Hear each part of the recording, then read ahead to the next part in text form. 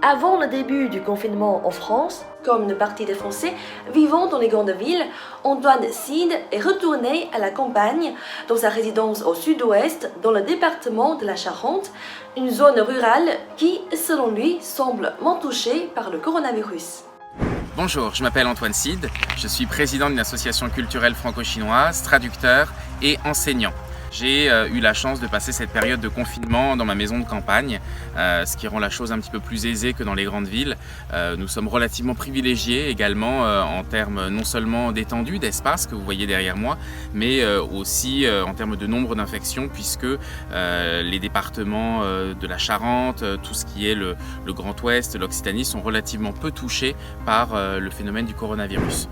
En tant que traducteur et enseignant franco-chinois, Antoine profite de son temps confiné, mais exclusif pour continuer son travail sur la communication culturelle de ces deux pays.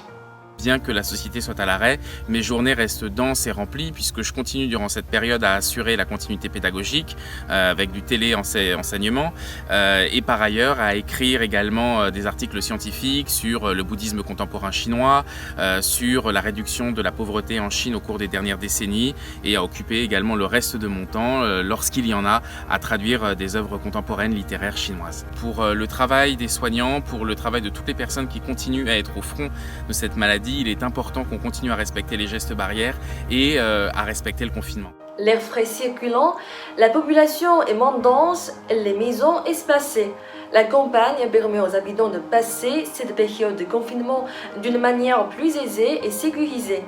Cela fait également retrouver une vie tranquille à une partie des citadins éloignés pour l'instant des grandes villes.